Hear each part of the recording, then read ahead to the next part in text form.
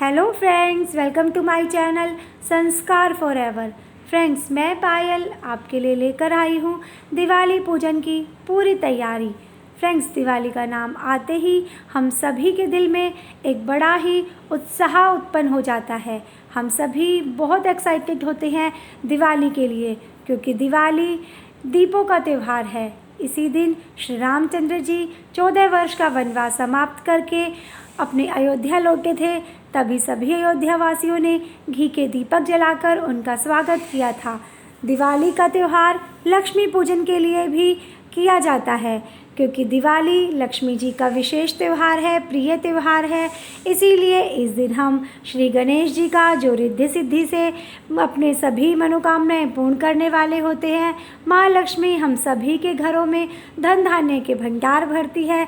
इसीलिए हम माँ लक्ष्मी और श्री गणेश जी की पूजा करते हैं।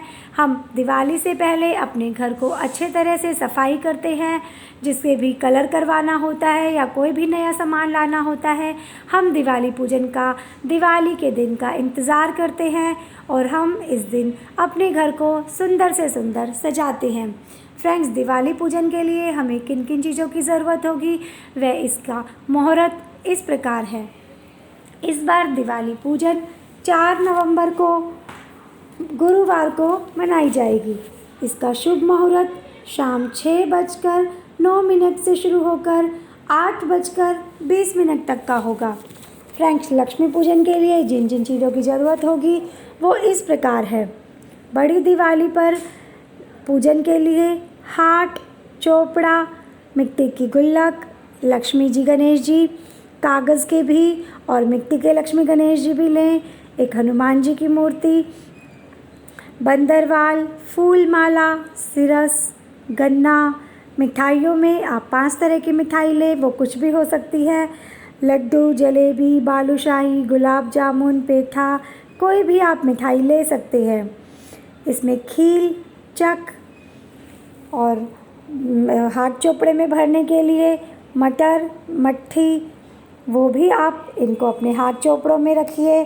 पूजन की थाली में सारी मिठाइयों के एक एक पीस रखते जाइए और ये सारी जो हम पूजन के लिए इन मिठाइयों का भोग लगाएंगे, सुबह हम गाय माता को दे देंगे या फिर आप मंदिर में भी चढ़ा सकते हैं। पंचामृत बनाइए। पंचामृत के बाद 51 दिए घर के लिए और 7-7 दिए आप अपनी दुकान या अपने ऑफिस के लिए रखें। 7 दिए आप मंदिर में ज़रूर लेकर जाएं, मंदिर में जला कर आएँ, क्योंकि जैसे हम अपने घर में दीपों से दिवाली मनाते हैं, उसी तरह हमें मंदिर में जाकर भी दिए ज़रूर जलाने चाहिए। अब अपनी पूजन की थाली के लिए पंचमेवा, पान, सुपारी, कपूर, फूल, फल, धूप, अगरबत्ती व मोमबत्ती भी रखें। 2 बड़े दिए, एक तेल का और एक घी का, जो पूरी रात जलाए जाते हैं। ये अखंड ज्योत होती है पूरी रात के लिए। फ्रेंड्स, ध्यान रखें कि जो तेल का दीपक होता है उसमें लंबी बत्ती लगाई जाती है और जो घी का दीपक होता है उसमें खड़ी बत्ती लगाई जाती है। कई बार हम बड़े कंफ्यूज हो जाते हैं कि हम ये दीपक किस तरह रखें। तो फ्रेंड्स, ये आप बहुत ध्यान से सुनिए कि लक्ष्मी जी के सीधे हाथ की तरफ घी का और उनके उल्टे हाथ की तरफ तेल का दीपक जलाएं।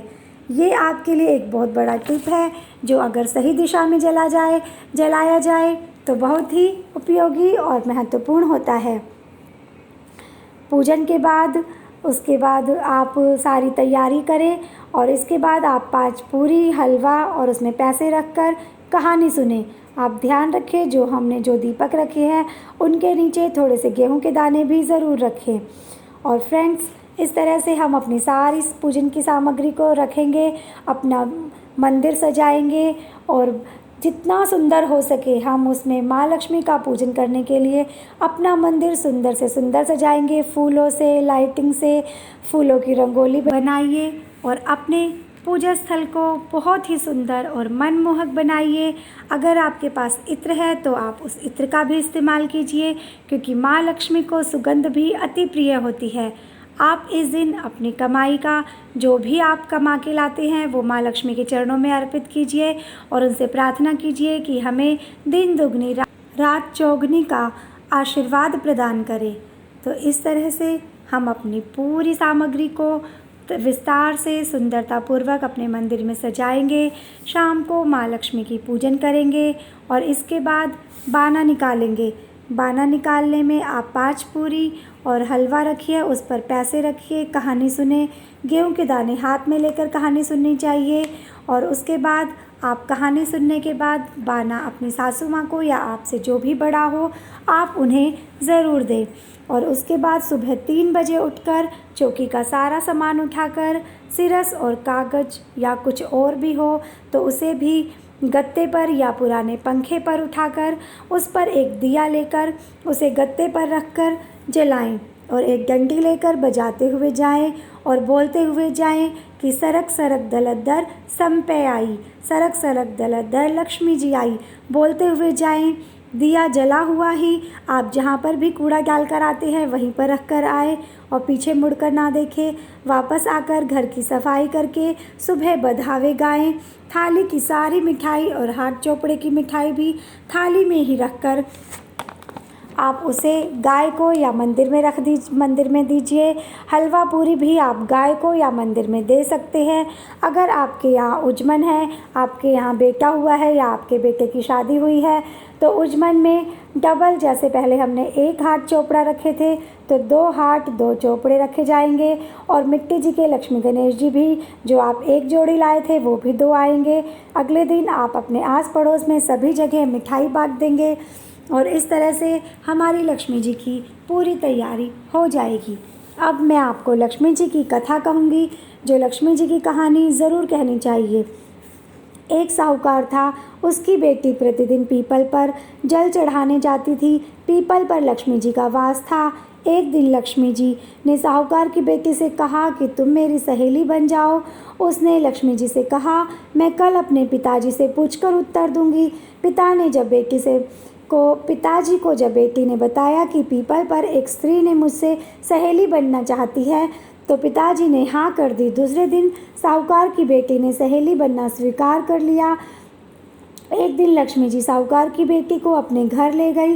लक्ष्मी जी ने उसे ओढ़ने के लिए शाल दुशाला दिए तथा सोने की बनी चौकी पर बिठाया। सोने की थाली में उसे अनेक प्रकार के व्यंजन खाने को दिए। जब साहूकार की बेटी खा पी कर अपने घर लौटने लगी तो लक्ष्मी जी बोली, तुम मुझे अपने घर कब बुला रही हो? पहले तो सेठ की पुत्री ने आनाकानी की, परंतु फिर तैयार हो गई। घर जाकर वह रूठ कर बैठ गई। सेठ बोला, तुम लक्ष्मी जी को अपने घर आने का निमंत्रण दे आई हो और स्वयं उदास होकर बैठी हो। तब उसकी बेटी बोली कि लक्ष्मी जी ने तो मुझे इतना सारा दिया, बहुत सुंदर भोजन कराया, मैं उन्हें किस प्रकार खिलाऊंगी? हमारे घर में तो उनकी अपेक्षा के अनुसार कुछ भी नहीं है। तब सेठ ने कहा, जो अपने से बनेगा वही खातिर कर देंगे। तू फौरन गोबर और मिट्टी से चौका लगाकर सफाई कर दे। चौमुखा दीपक बनाकर लक्ष्मी जी का नाम लेकर बैठ जा। उसी समय एक चील किसी रानी का नौलखा हार उसके पास डाल गई। साहूकार की बेटी ने उस हार को बेचकर सोने की चौकी, सोने का थाल, शाल दुशाला और अनेक प्रकार के भोजन की तैयारी करी। थोड़ी देर बाद गणेश जी और लक्ष्मी जी उनके घर आ गए। साहूकार की बेटी ने बैठने के लिए सोने की चौकी दी। लक्ष्मी जी ने बैठने को बहुत मना किया और कहा, इस पर राजा रानी बैठते हैं। तब सेठ की बेटी ने लक्ष्मी जी को ज़बरदस्ती चौकी पर बिठा दिया। लक्ष्मी जी की उसने बहुत खातिर करी। इससे लक्ष्मी जी प्रसन्न हुई और साहूकार बहुत अमीर बन गया। हे लक्ष्मी देवी, जैसे तुमने साहूकार की बेटी की चौकी स्वीकार की और बहुत सा धन दिया, वैसे ही हम सभी को देना। कहते सुनते हुकारा भरते उन सभी को देना। इसके बाद गणेश जी की कहानी ज़रूर कहनी चाहिए। गणेश जी की कहानी इस प्रकार है। एक बार गणेश जी महाराज छोटे से बच्चे का रूप धारण करके छोटी सी चम्मच में दूध और अपनी मुट्ठी में चावल लिए घूम रहे थे कि कोई मेरी खीर बना दो, कोई खीर बना दो। तभी एक बुढ़िया माई ने कहा कि लाओ बेटा, मैं तुम्हारी खीर बना देती हूँ। बुढ़िया माई ने छोटी सी भिगोनी चढ़ाई तो गणेश जी महाराज ने कहा कि बुढ़िया माई, इतनी से क्या होगा, बड़ा सारा टोप चढ़ा दो। बुढ़िया माई ने बड़ा सारा भिगोना चढ़ा दिया। जैसे ही उसमें दूध डाला, पूरा भिगोना दूध से भर गया और जो चावल की परात भर गई, शक्कर का परात भर के वहीं अपने आप ही आ गया। गणेश जी महाराज ने कहा कि बुढ़िया माई तब तक आप खीर बनाते हो, मैं नहा धोकर आ जाता हूँ। बुढ़िया माई ने कहा अच्छी बात है। बुढ़िया माई की खीर बन गई, लेकिन गणेश जी नहीं आए। उसके बेटे बहू सब ने कहा कि लाओ माँ खीर लाओ, गणेश जी महाराज का भोग लगाकर पहले खीर खिलाओ। उन्होंने कहा कि गणेश जी महाराज तो आए नहीं हैं, कैसे करूँ। उन्होंने गेट के पीछे प्याला भरकर गणेश जी के नाम का छींटा लगाकर कहा, लो गणेश जी, विनायक जी महाराज जी मो।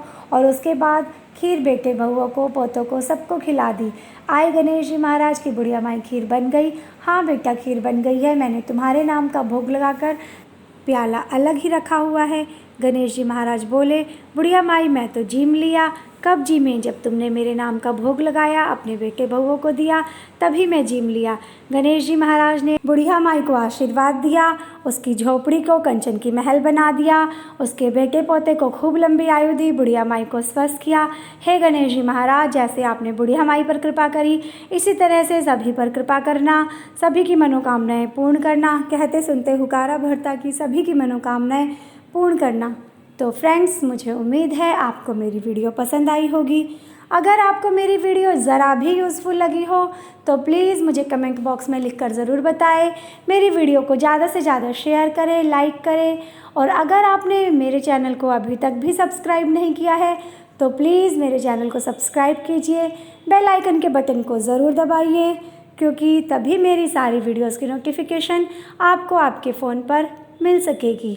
और फ्रेंड्स, जैसे कि मैं हर वीडियो में बोलती हूँ कि संस्कार अपनाना रखेंगे जारी, रीति रिवाज़ों की अब है बारी। हम अपने रीति रिवाज़ों को ज़्यादा से ज़्यादा फैलाएंगे, ज़्यादा से ज़्यादा अपनाएंगे, ज़्यादा से ज़्यादा अपनी आने वाली पीढ़ी को भी सिखाएंगे। तो फ्रेंड्स, इसी के साथ मेरी वीडियो पूरी होती है। नमस्कार।